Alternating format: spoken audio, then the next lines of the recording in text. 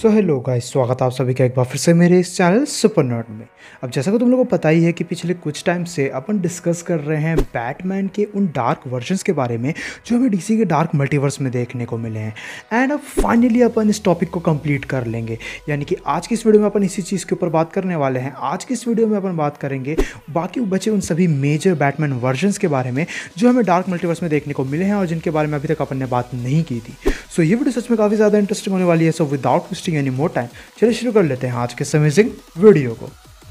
Starting off the list with doctor Arkham, जहाँ doctor आर्खम हमें dark multiverse का Batman का एक ऐसा वर्जन देखने को मिला था जो बेसिकली अमेलगम था बिटवीन बैटमैन एंड जेरेमिया आर्खम, जिसके वजह से कह सकते हो कि यह हमें बैटमैन का एक काफ़ी ट्विस्टेड वर्जन देखने को मिलता है जो बहुत ही ज़्यादा ऑब्सेस था with human observation and experimentation, और वही चीज़ इसे काफ़ी ज़्यादा डेडली भी बनाती है। जहाँ ये बैटमैन भी अपने अर्ली एजेस में तो हमें एक केप क्रूसेडर देखने को मिला था, वही बैटमैन विजिलेंटी देखने को मिला था, बट आगे चल के कुछ एक्सपेरिमेंट्स के बाद कह सकते हो कि वो बहुत ही ज़्यादा ऑब्सेस्ड हो गया ह्यूमन एक्सपेरिमेंटेशंस की वजह से, जिसके बाद आगे चल के वो हमें काफ़ी ज़्यादा ट्विस्टेड डॉक्टर बायोलॉजिस्ट बनते हुए नजर आया, जो आगे चल के आर्खम असाइलम को बेसिकली अपने हेडक्वार्टर्स की तरह यूज़ करने लगा। जिसके बाद उसने काफ़ी सारे monsters version of vampire bats भी क्रिएट किए थे, कह सकते हो कि काइंड ऑफ अपने साइड किक्स की तरह, और वही चीज़ डॉक्टर आर्खम को बहुत ही ज़्यादा इंटरेस्टिंग और बहुत ही ज़्यादा ट्विस्टेड वर्जन भी बनाती है बैटमैन का from the Dark multiverse.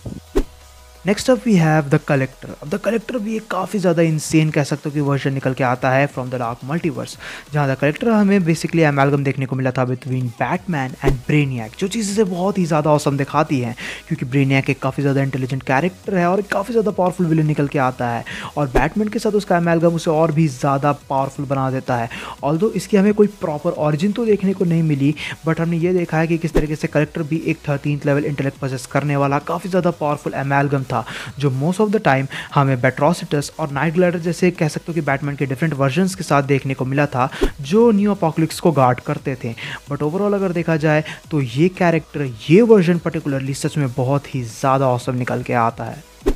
Then we have बैटमेजो। अब बैटमेजो भी एक काफ़ी ज़्यादा इंटरेस्टिंग वर्जन निकल के आता है बैटमैन का फ्रॉम द डार्क मल्टीवर्स, जहाँ बैटमेजो हमें बेसिकली अमेलगम देखने को मिला था बैटमैन और अमेजो का, जहाँ अमेजो एक काफ़ी ज़्यादा पावरफुल सुपर एडाप्टॉइड कह सकते हो कि विलन है जो किसी की भी पावर को रेप्लिकेट कर सकता है, और उसका और बैटमैन के इंटेलिजेंस का एक साथ आना कह सकते हो कि बैटमेजो को बहुत ही ज़्यादा इंस्टेंटली स्ट्रॉन्ग बना देता है, जिसकी वजह से बैटमेजो हमें काफ़ी ज़्यादा गजब किस्म का ईविल कॉम्बिनेशन देखने को मिला था फ्रॉम द डार्क मल्टीवर्स, जो बेसिकली बैट कैसल को कह सकते हो कि हमें गार्ड करते हुए नजर आया था under the command of Grim Knight. और ओवरऑल अगर देखा जाए तो इस कैरेक्टर पे भी ज़्यादा फोकस नहीं किया गया, बट इसका कॉन्सेप्ट सच में बहुत ही ज़्यादा इंटरेस्टिंग निकल के आता है, जो इसे भी एक काफ़ी ज़्यादा interesting at the same time absurd version बनाता है।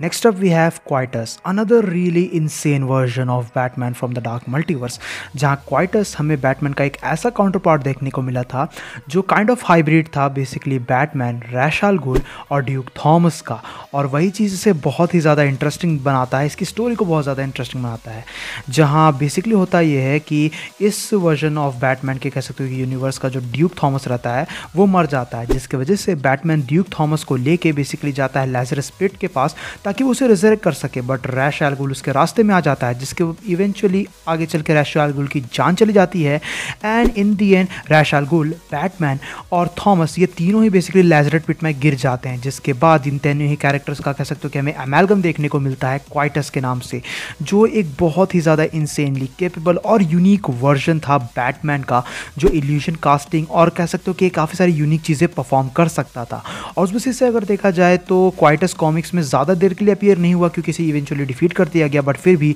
ये काफ़ी ज़्यादा इंटरेस्टिंग वर्जन निकल के आता है।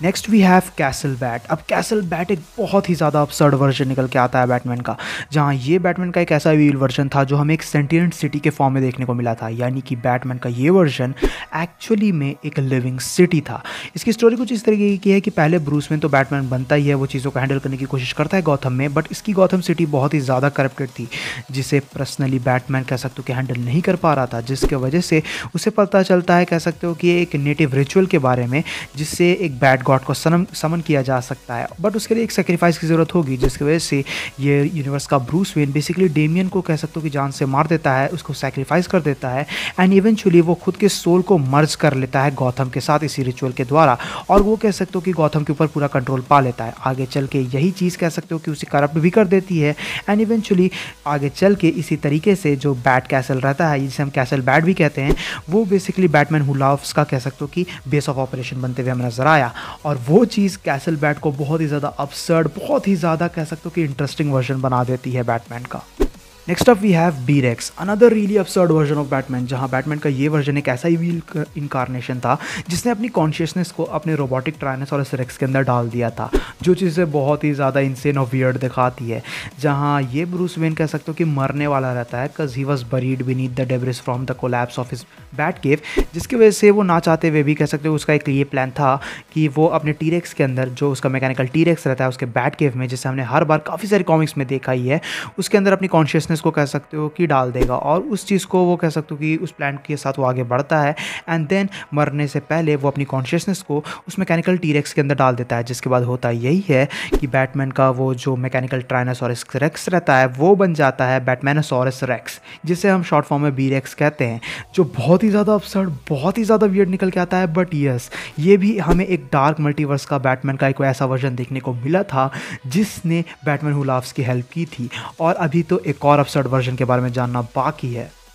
हेयर कम्स बैटमोबीस्ट। अब बैटमोबीस्ट भी हमें बैटमैन का एक इविल इनकारनेशन देखने को मिला था फ्रॉम द डार्क मल्टीवर्स, जहां बैटमैन की कॉन्शियसनेस हमें एक मॉन्स्टर ट्रक के अंदर देखने को मिली थी। अब इसकी हिस्ट्री थोड़ी सी इंटरेस्टिंग निकल के आती है, जहां इस वर्ल्ड के ब्रूस वेन के साथ होता यह है कि वो बेसिकली ये डिसाइड करता है कि वो अपनी कॉन्शियसनेस को कह सकते हो कि जितनी भी डिजिटल सिस्टम्स एग्जिस्ट करते हैं उन सभी के अंदर डाल देगा, उन सभी में वो चीज़ को अपलोड करता है अपनी कॉन्शियसनेस को, जिसके बाद बैटमैन प्रॉपरली पूरे के पूरे इंटायर वर्ल्ड को रूल कर रहा होता है। बट उसी के वजह से कुछ अनबन चीज़ें भी होती हैं, जिसकी वजह से काफ़ी सारे लोग फाइट बैक करने की भी कोशिश करते हैं और काफ़ी सारी चीज़ों को डिस्ट्रॉय भी किया जाता है। इवेंचुअली बैटमैन की एक्चुअल बॉडी को भी जो है काट के अलग कर दिया जाता है, बट बैटमैन की जो कॉन्शियसनेस की लास्ट कॉपी बचती है वो एक मॉन्स्टर ट्रक में स्टोर रहती है, जिसके बाद वही कह सकते हो कि अपने आप को बैटमोबीस्ट की आइडेंटिटी देता है, जो इवेंचुअली आगे चल के बैटमैन हू लव्स को भी ज्वाइन करते हुए हमें नज़र आया है। एंड कॉमिक्स के अंदर मोस्ट ऑफ द टाइम बैटमोबीस्ट को तो कह सकते हो कि एक कॉमेडिक रिलीफ की तरह यूज़ किया गया था, बट फिर भी अगर देखा जाए तो ये काफ़ी अपसर्ड वर्जन निकल के आता है। But so far we are done with the absurd version, और अब कुछ अमेजिंग बाकी बचे वर्जन्स के ऊपर अपन जाएंगे। Next up we have Batman the Silenced. अब बैटमैन द साइलेंस्ड एक बहुत ही ज़्यादा इंटरेस्टिंग वर्जन निकल के आता है बैटमैन का फ्रॉम द डार्क मल्टीवर्स, जिसे आर्कम्स डेविल के नाम से भी जाना जाता है। जहां इस वर्जन के साथ ऐसा होता है कि बेसिकली जिस तरीके से ब्रूस वेन के माँ बाप मरते हैं उसी तरीके से ब्रूस के माँ बाप यहाँ भी मरते हैं इस रियलिटी में भी, बट इवेंचुअली ब्रूस का जो बेस्ट फ्रेंड रहता है बचपन में यानी कि थॉमस एलियट, उसकी फैमिली ब्रूस को अडॉप्ट कर लेती है ब्रूस के माता पिता के मरने के बाद। बट होता ये है कि उसके माता पिता के मरने के कह सकते हो कि शौक की वजह से ब्रूस बचपन से ही काफ़ी ज़्यादा अनस्टेबल हो जाता है, और जिस तरीके से वो ग्रो होता जाता है तो उसे मेंटली इल घोषित कर दिया जाता है, जिसके बाद बेसिकली थॉमस एलियट करता ये है कि वो उसे आर्खम असाइलम भेज देता है। जिसके बाद होता यह है कि जोनाथन क्रेन जो है उसके ऊपर ब्रूस के कह सकते हो कि बेसिकली दिमाग के ऊपर एक्सपेरिमेंट्स करता है, उसे ठीक करने की कोशिश करता है। इसी बीच जो है एल्फ्रेड जो है उसे विजिट करता है और वो ब्रूस को बताता है उसके पेरेंट्स के मर्डर की कह सकते हो कि सच्चाई के बारे में। जिसके बाद होता यह है कि ब्रूस और भी ज़्यादा पगला जाता है एंड देन वो लोग डिसाइड करते हैं कि वो लोग यहाँ से बाहर निकलेंगे। इवेंचुअली ब्रूस वहाँ से बाहर निकलने में सक्सेसफुल हो जाता है, वो असैसिनेशन वगैरह सीखता है, कह सकते हो कि बहुत सारी गलत गलत चीज़ों को कह सकते हो कि अपने ऊपर अप्लाई करने की कोशिश करता है। इवेंचुअली ब्रूस ये दिखाता है कि वो मर चुका है, बट देन एक्चुअली में वो वापस आता है गॉथम आइडेंटिटी लेके बैटमैन द साइलेंस्ड की, और वही चीज़ कह सकते हो कि हमें बैटमैन के इस वर्जन को काफ़ी ज़्यादा ट्विस्टेड और काफ़ी ज़्यादा इंटरेस्टिंग भी दिखाती हैं, जहाँ बैटमैन का ये वर्जन भी बैटमैन की सारी एबिलिटीज़ परफॉर्म करता था, लेकिन ये मेंटली अनस्टेबल था और इसके मेंटल डिसऑर्डर की वजह से इसके कह सकते हो कि ओवरऑल जो कह सकते हो कि हमें पर्सनैलिटी देखने को मिली थी वो भी बहुत ही ज़्यादा इंसेन निकल के आती है। Next up we have the final Bruce Wayne. The final Bruce Wayne बहुत ही ज़्यादा इंटरेस्टिंग निकल के आता है डार्क मल्टीवर्स का। ये एक ऐसा वर्जन है बैटमैन का जिसके पास डॉक्टर मैनहट्टन की पावर्स मौजूद थी। तो होता ये है कि ब्रूस वेन को कॉमेडियन का बटन मिलता है, जिसके बाद उसे पता चलता है कि उस बटन से पावरफुल और स्ट्रेंज एनर्जी निकल रही है, जिसकी वजह से उस एनर्जी को रिप्रोड्यूस करने के लिए वो एक फील्ड जनरेटर तैयार करता है और फिर उस जनरेटर मशीन के अंदर जाता है। बट उसे ये नहीं पता था कि बैटमैन हू लव्स उसे काफ़ी टाइम से ऑब्जर्व कर रहा है। जैसे ही बैटमैन उस मशीन के अंदर एंटर करता है, बेसिकली बैटमैन हू हुलाफ्स कह सकते हो कि दरवाजे बंद कर देता है, उस मशीन को क्लोज करके ऑन कर देता है, जिसके बाद बैटमैन की बॉडी पूरी तरीके से जल के राख हो जाती है। और वही चीज़ होता है जो डॉक्टर मैनहट्टन के साथ हुआ था, जहाँ बैटमैन बन जाता है बैटमैन हैटन। और उस बेसिस से देखा जाए तो उसका एग्जिस्टेंस एक्चुअली में आगे चल के द डार्केस्ट नाइट को भी जन्म देता है, जिसके ऊपर अभी अपन बात करेंगे। And finally the darkest night. अब जैसा कि मैंने बताया कि बैटमैन हू लाव्स का ही प्लान था फाइनल ब्रूस वेन की क्रिएशन, यानी कि बैटमैन हैटन की क्रिएशन। तो उसका रीज़न ये निकल के आता है कि इन सब चीज़ों के बाद बैटमैन हू लाव्स पर्पसली जाके वंडर वुमन से खुद को मरवा लेता है, बट उसका ब्रेन प्रिजर्व हो जाता है, जिसके बाद इविल एल्फ्रेड बैटमैन हैटन यानी कि फाइनल ब्रूस वेन की बॉडी के अंदर बैटमैन हू लाव्स का ब्रेन इम्प्लांट कर देता है, जिसके बाद कह सकते हो कि जन्म होता है द डार्केस्ट नाइट का, जो एक नाई ओमनीपोटेंट डार्क एंटिटी था, जो basically mother of Omniverse Perpetua से फाइट करने के लिए निकल जाता है। अब जो चीज़ द डार्केस्ट नाइट को बहुत ही ज़्यादा इंटरेस्टिंग बनाती है वो ये है कि ये एक्चुअली में बैटमैन हू लाव्स ही है, लेकिन द फाइनल ब्रूस वेन की बॉडी में। जहाँ द फाइनल ब्रूस वेन के पास डॉक्टर मैनहट्टन की एबिलिटीज़ थी, वहीं अब बैटमैन हू लाव्स के पास डॉक्टर मैनहट्टन की एबिलिटीज़ आ जाती है और वो अपने आप को और भी ज़्यादा इन्हेंस कर लेता है, जिसके बाद वो खुद का ही कह सकते हो कि डिफरेंट 52 यूनिवर्सेस बनाता है, जिसके बाद वो कह सकते हो कि स्पीड फोर्स को तोड़ देता है और तो और काफ़ी सारी चीज़ें करता है, जो चीज़ ये दिखाती है कि बैटमैन हू लाव्स कितना ज़्यादा इंटेलिजेंट था। और वही चीज़ द डार्केस्ट नाइट को एक बहुत ही बड़ा थ्रेड भी बनाई थी dark night death metal comic के अंदर। इसके अलावा अगर देखा जाए तो बैटमैन के हमें और भी कुछ वर्जन्स देखने को मिले थे डार्क मल्टीवर्स के अंदर, बट उन्हें जो है ज़्यादा एक्सप्लेन नहीं किया गया, उन्हें बस कह सकते हो कि एक दो बार ही दिखाया गया, जिसकी वजह से उनकी हमें प्रॉपर नॉलेज नहीं है। बट फिर भी मैंने ट्राई किया कि इस सीरीज़ के अंदर मैं बैटमैन के उन सभी मेजर डार्क वर्जन्स को इंक्लूड कर सकूं जो हमें डार्क मल्टीवर्स के अंदर देखने को मिले थे।